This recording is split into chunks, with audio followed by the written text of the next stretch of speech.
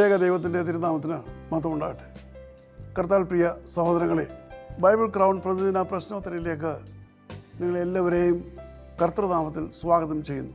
നമ്മുടെ ഇന്നലത്തെ ചോദ്യം, യേശുക്രിസ്തുവിനെ കാണാതെ താൻ മരിക്കുകയില്ല എന്ന് പരിശുദ്ധാത്മാവ് വെളിപ്പെടുത്തിയ വ്യക്തി ആര്? ഉത്തരം ശിമ്യോൻ. ലൂക്കോസിൻ്റെ സുവിശേഷം 2-ാം അധ്യായം 25-26 വാക്യങ്ങൾ. ഇന്നലത്തെ വിജയി.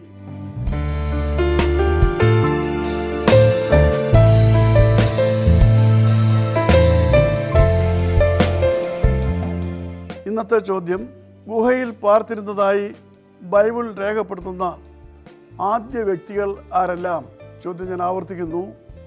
ഗുഹയിൽ പാർത്തിരുന്നതായി ബൈബിൾ രേഖപ്പെടുത്തുന്ന ആദ്യ വ്യക്തികൾ ആരെല്ലാം? വേഗത്തിൽ ഉത്തരങ്ങൾ അറിയിക്കുക. ദൈവം നമ്മെ അനുഗ്രഹിക്കട്ടെ.